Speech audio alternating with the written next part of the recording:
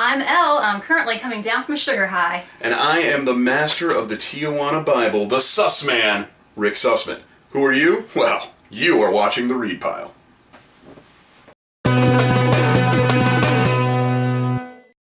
It's May 8th, and here is some comic book news you can use. We have so much to talk about. So many things. The 90s nostalgia brother is running wild.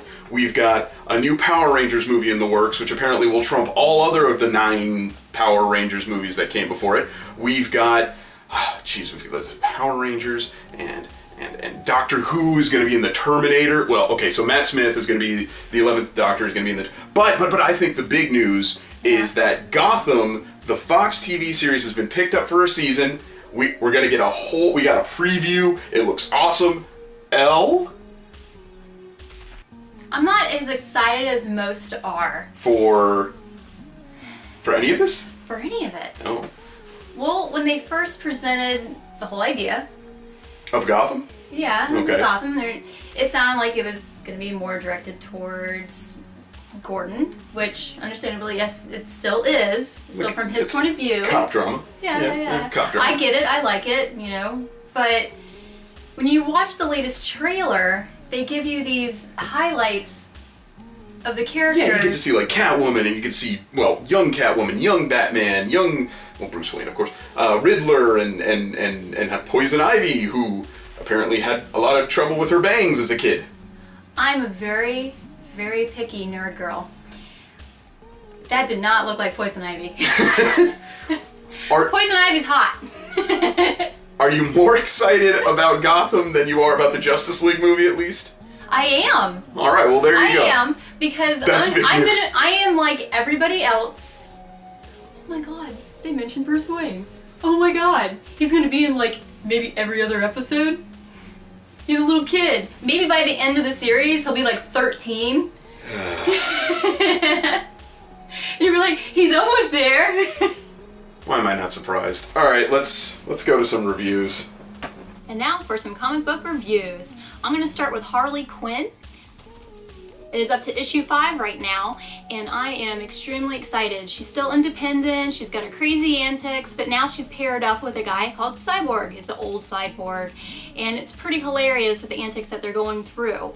Right now, they are currently going and trying to find these 8 different underbosses that are trying to take down America, blah, blah, blah, blah, blah.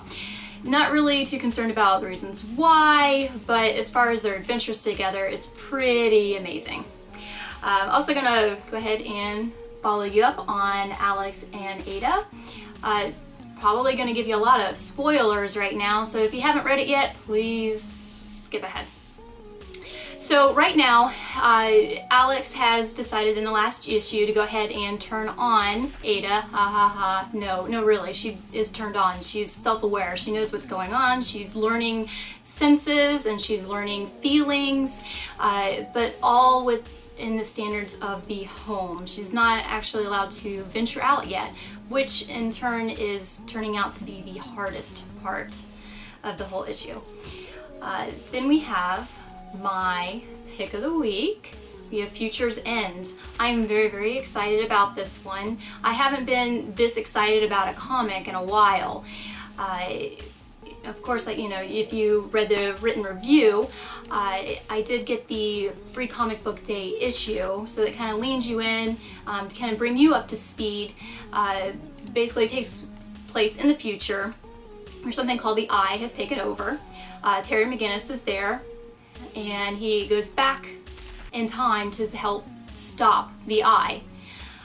So, of course, the first issue is where his journey begins. Every single page it captures you to the point where you can't believe what just happened.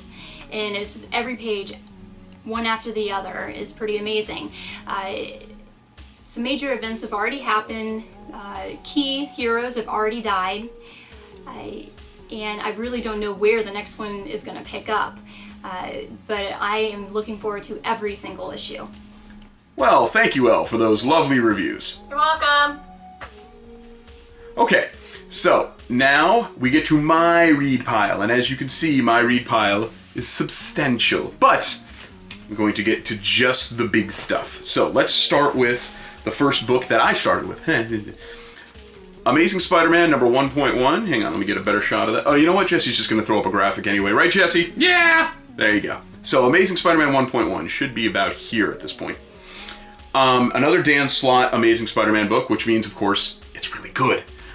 They did a fantastic job with the art in this book. The art is almost worth getting in and of itself. It is very retro style. I'm not going to try and mispronounce the artist's name because I'm not good at most names. Slott is very easy to say, so I just go with that. But the whole concept of the book is this is very much starting to look like maybe Dan Slott's reimagining of Spider-Man's origin, much in the same vein that Scott Snyder is doing Batman's origin. So even though the title of this book is called Amazing Spider-Man 1.1 Learning to Crawl, it might as well be like Spider-Man 0 year. We're still uncertain on how this is going to work out. It's 1.1, it's not 2, it's not 3, so we don't know if there's going to be more of this yet. And if I'm honest, the fact that it is 1.1 kind of took a lot of points away from it. It's not my pick of the week, specifically because it's a 1.1, and what is a 1.1? I don't know. I really wish Marvel would have called this issue 2 of Amazing Spider-Man, or just called it Amazing Spider-Man Learning to Crawl 1. Could have done any of that. I don't know why they did it this way, but hey, it's a good book and you want to check it out. Next up on the read pile, Moon Knight. This specifically is issue 3. This is by Warren Ellis, one of my favorite writers of all time. That should be here-ish at this point. I love this book. They are all essentially written as one-shots. Each book has a different version of Moon Knight in it, because Mark Spector, Moon Knight, is kind of insane. So he has a lot of personalities wrapped up in his head, and each issue kind of focuses on a different personality. I have no idea how long this book is going to run. I would love it to run for 300 issues. I doubt Warren Ellis has that many issues cooked up for it.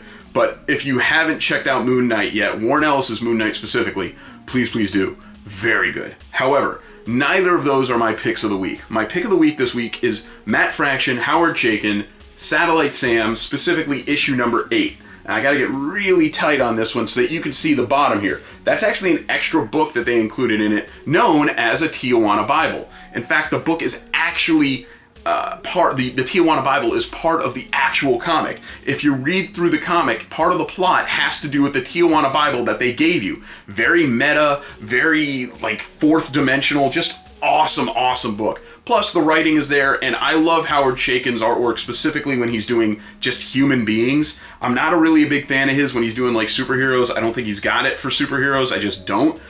But when he's just doing a story, a comic about people, I don't think you've got a better artist out there. He draws women with curves. He draws men to be all these like beefy barrel-chested guys. And for a book that takes place in like the 50s, this is great. We posted it on our Facebook as one of our picks of the week. Elle had the other pick of the week with Future's End. So that's our picks of the week. You're going to see those rotating on Facebook frequently. One last thing, if you can find it, and it's very low print run, well, it should be up on the screen at this point. Jesse, is it up on the screen at this point? Yeah. Thank you, Jesse. Black Dynamite. It's Dynamite! I gotta get rid of these seagulls. Well, that's it for the read pile. Whoa. No. We might have done our reviews, but we haven't talked about what's made this show great. This show, if you hadn't figured out by, I'm sure, all of the graphics that... Jesse, did you put graphics in? Yes. Are the graphics... Yes, for the millionth time. So as you've been able to see by all the graphics, this show was brought to you in part by Aw Yeah Comics, and specifically Aw Yeah Comics book, Daniels...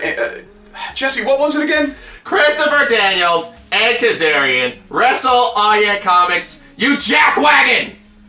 I don't think Jackwagon was specifically part of the title. However, Christopher Daniels and Kazarian Wrestle Aw Yeah Comics. This was a book that was provided to us by the great folks at Aw Yeah. Art specifically sent it to us by means of other people's. Big thumbs up to Art and Franco and Kazarian and definitely Christopher Daniels. Now, you read it. What did you think? Because my review, it's going to be much different, I think. Well, I think it was pretty incredible as far as a kid's comic goes. Definitely a kid's book. Now, let's be honest, I'm not a huge wrestling fan. Disappointing, but true.